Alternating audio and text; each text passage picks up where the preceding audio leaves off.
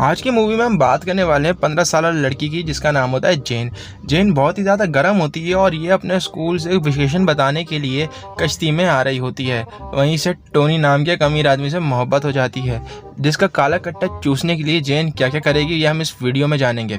तो मूवी शुरू होती है और मूवी के शुरू में ही हम देखते हैं कि एक कश्ती में सवार जेन जिसको स्कूल से घर वापस आ रही होती है। जेन जैसे ही अपने घर आ रही होती है तो वहीं पर उसे एक आदमी मिलता है जिसका नाम टोनी होता है। अब जेन अपने घर पे छुट्टियां बिताने आई होती है और उसकी माँ वहाँ पर स्कूल टीचर होती है। जेन के एक भाई बहुत ही शरीफ और दूसरा बहुत ही हरामी होता है, क्योंकि जेन का भाई कभी ना कभी बहुत ही सारी लड़कियों को पेल चुका था। अब जेन जब दोबारा स्कूल के लिए जा रही होती है तो वहीं पर उसे वही आदमी मिलता है जिसके बारे में हमने आपको मूवी के शुरू में बताया था। जी हाँ, इसका नाम टोनी है।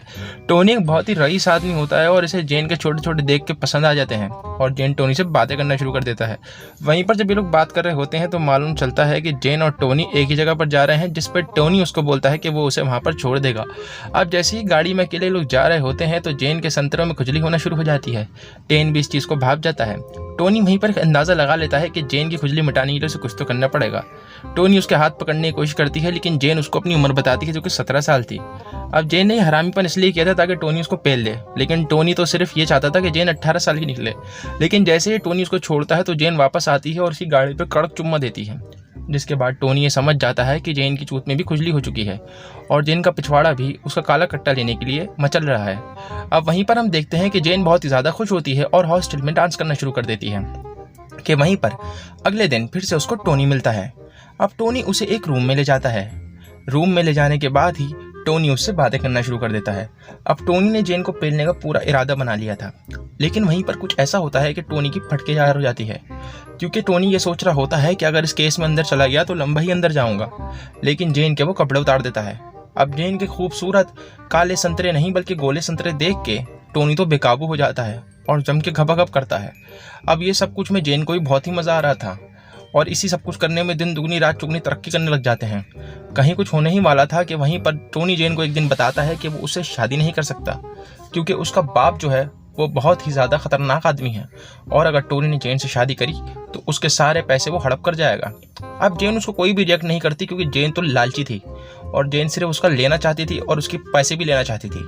तो वहीं पर हम देखते हैं, लेकिन जेन रात को जब सो रही होती है तो काफ़ी ज़्यादा डिप्रेशन में चली जाती है, क्योंकि जेन ये सोचती है कि पैसे तो जाएंगे, साथ में टोनी और टोनी का काला कट्टा भी चला जाएगा। लेकिन एक दिन टोनी वहाँ पर आता है और वो जेन से बातें करना शुरू कर देता है, जिसके बाद वो लोग डिसाइड करते हैं कि वो लोग शादी कर लेंगे और टोनी ये वाली बात मान भी जाता है। और अब जैसे ही जेन दोबारा अपने घर आती है तो वहीं पर उसकी माँ उसको मिलती है।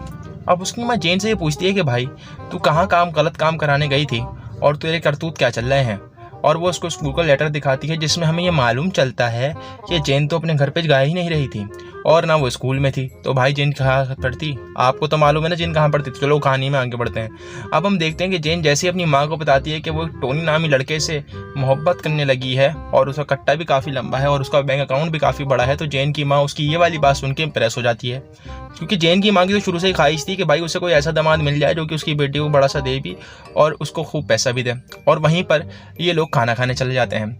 अब टोनी इन लोगों को एक बड़े से रेस्टोरेंट लेके जाता है जहाँ पर इन्होंने बड़ी बड़ी मुर्गियाँ पहली दफ़ा देखी होती हैं। टोनी की नज़र तो इनके बहन के पिछवाड़े पे ही थी, लेकिन इनको इससे कोई फ़र्क नहीं पड़ना था और लोग घंटा टोनी की बात सुने बगैर इनको काफूर फोड़ने लग जाते हैं। वहीं पर टोनी को उनकी ये हरकतें देख के बहुत ही ज़्यादा गुस्सा आता है।